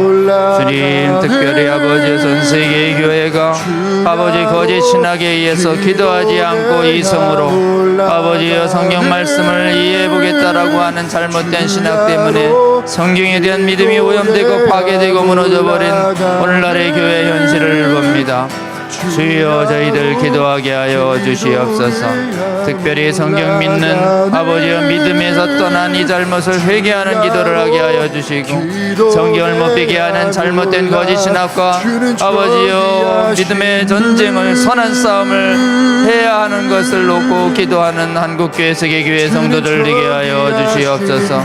무엇보다도 아버지여 저희들의 기도를 통해서 무너진 아버지여 성경 믿는 믿음의 회복을 구하시는 아버지의 뜻이 있음을 알게 하여 주시고 이를 위하여 아버지 매일 나로와 교회를 위하여 헌신하시는 에스더 기도 운동 본부의 기도자들을 축복하여 주시고 지치지 않게 하여 주시고 이 기도를 통해서 한국교회와 한국의 나라가 아버지 지켜지고 보호하고 회복되는 것을 아버지 하나님의 놀라운 은혜를 저희들이 목도합니다. 이를 통해 도전받은 아버지여 해외의 수많은 기도하지 않는 성도들 돌이키게 하여 주시옵소서. 에서기도 운동본부의 기도를 본받아 아버지여 세계 각처에서 나라와 교회를 위하여 매일 예수님의 기도를 본받는 기도 운동이 일어나게 하여 주시옵소서. 아버지 감사합니다. 특별히 성경의 신적 권위를 회복하기 위한 기도 운동도 일어나게 하여 주시옵소서. 하나님 감사합니다. 오늘 예수님이 성경을 통해서 가르쳐 주신 기도의 말씀이 이토록 풍성하다는 것을 저희들이 돌아봅니다. 주님, 저희들이 마땅히 해야 할 기도를 하지 못한 저희들의 게으름과 불순종을 회개합니다. 주여 한국과 세계교회 말씀에 대한 믿음이 사라져서 기도도 사라지고 하나님의 말씀에 신적 권위도 믿지 않는 잘못된 신앙 풍토가 퍼지면서 전 세계의 교회가 지금 아버지여 믿음이 오염되고 파괴되고 황무해지는 상황을 저희들이 맞고 있습니다. 주여 오늘 이용희 교수님 통해서 주신 귀한 기도에 대한 계명과 말씀들 그리고 우리 예수님의 모범들 우리 영혼에 새기게 하여 주시옵소서. 예수님의 말씀을 순종하지 못했던 저희들의 기도의 불순종을 자복하며 회개하게 하여 주시옵소서. 특히 하나님 성경의 말씀을 못 믿게 하는 거짓 신학을 대적해서 믿음의 선한 싸움을 하지 않은 저희들의 잘못을 자복하는 기도 운동이 일어나게 하여 주시옵소서. 그리하여 하나님 적어도 1시간 이상 매일 하나님의 나라를 위하여 기도하는 기도자들이 한국부터 시작해서 세계 각처에서 일어날 수 있도록 주여 은혜 내려 주시옵소서. 일찍부터 이 나라와 그리고 주의 몸된 교회를 위하여 기도자로 부르신 이용희 교수님과 에스더 기도 운동 본부의 그 기도자들의 기도를 통한 헌신과 수고를 주여 기억하여 주시고 하늘문을 여시고 축복하여 주시옵소서. 이제 매일 기도에 힘쓰며 애쓰는 그 기도자들 지치지 않게 하여 주시고 그 기도자들의 건강과 삶과 가정과 사역과 모든 영역에서 하늘문을 여시고 풍성히 아버지 은혜 내려 주셔서 먼저 하나님 나라를 위하여 기도하는 기도자들에게 임하는 하늘나라의 축복을 우리 모두가 보고 경험하며 하나님께 영광을 올려드리는 저희 한국교회 세계교회 성도들 되게 하여 주시고 주여 세계 각처에서도 에스더 기도 운동 본부와 같은 기도 운동이 일어나도록 도와주시옵소서. 특별히 성경에 대한 믿음이 훼손되는 오늘날 하나님, 교회가 성도들이 성경에 대한 믿음을 회복하기 위한 합당한 기도 운동 일어나게 하여 주셔서 저희들 기도에 응답하여 주셔서 주께서 성경 믿는 믿음 회복시켜 주셔서 하나님, 지금 황무해지고 황폐해진 세계 각처의 교회를 주님께서 기도와 말씀에 대한 믿음으로 놀랍게 회복시키시는 주의 놀라운 회복의 역사를 저희 모두가 보게 하여 주시옵소서. 감사드립니다. 우리 주 예수님 이름으로 기도합니다. 아멘. 여러분 고맙습니다. 그리고 다음번 강의에 예고합니다. 다음 주 월요일에는 3.1절 때문에 저희들 한 주는 쉬고요. 그 다음 주에 3월 10일에 우리 이명진 원장님 세속주의 성경관과 생명윤리라고 해서 지금 이 의료계에서요, 인간의 거룩한 육체적인 생명을 훼손하는 잘못된 윤리, 생명윤리가 참 많이 오염되어 있습니다. 그 뿌리가 지금 따져 올라가면 성경을 믿지 않는 자유주의 신학이 바로 되면서 생명윤리도 무너져 내렸고, 교회에 그 나라에 정말 생명을 해야 하는 악한 의료법 제도들이 생겨서 지금은 수없이 정말 안락사와 낙태를 정당화하는 위험한 지금 이 생명 제도들이 발흥하고 있다는 이런 취지를 아마 말씀해 주실 것으로 기대합니다. 여러분 정말 귀하신 분입니다. 우리 거룩한 성경적인 생명윤리 운동이 일어나야 되고, 그 전제로 또 성경에 대한 신적 권위에 대한 확고한 믿음이 회복되어야 된다는 취지의 귀한 말씀을 주실 거로 기대합니다. 여러분 2주 뒤에 또 이명진 원장님 강의를 위해서도 기도해 주시고, 또 그 시간 여러분 꼭 함께 해 주시고, 또 이 강의에 필요한 곳에 널리 전파해 주셔서 잘못된 생명윤리 돌아설 수 있도록. 최근에 오늘 신문 보니까 어느 나라 총리가 동성혼 부부인데 지금 아이를 지금 대림으로 출산했다는 기사가 지금 막 대서특필되고 있는 한 나라의 총리가 말이에요. 막 대놓고 성윤리, 지금 생명윤리 다 파괴하는 이런 정말 바벨론과 음녀에게 오염된 이 땅의 왕들이 너무나 많이 많아지고 있는 이 시대에 우리는 살고 있습니다. 이 시대에 말씀으로 돌아가서 빛과 소금의 역할을 다하는 주님 다시 오실 때까지 귀한 성도님들 되시기 위하여 생명윤리 분야에 있는 성경적 세계관 또 잘 배우고, 그 부분에서 크리스찬으로 부름받은 묘한 성도님들이 하실 일이 많이 있습니다. 여러분 진짜 의료계에 부름받은 분들이 거룩한 생명윤리 지키는 우리 이명진 원장님 같은 많은 분들이 세워져야 할 줄로 믿습니다. 다음번 강의 위해서도 기도해 주시고 함께 해 주시기 바랍니다. 오늘 장시간 함께 해 주신 여러분 감사합니다. 다음 주에 뵙겠습니다. 고맙습니다.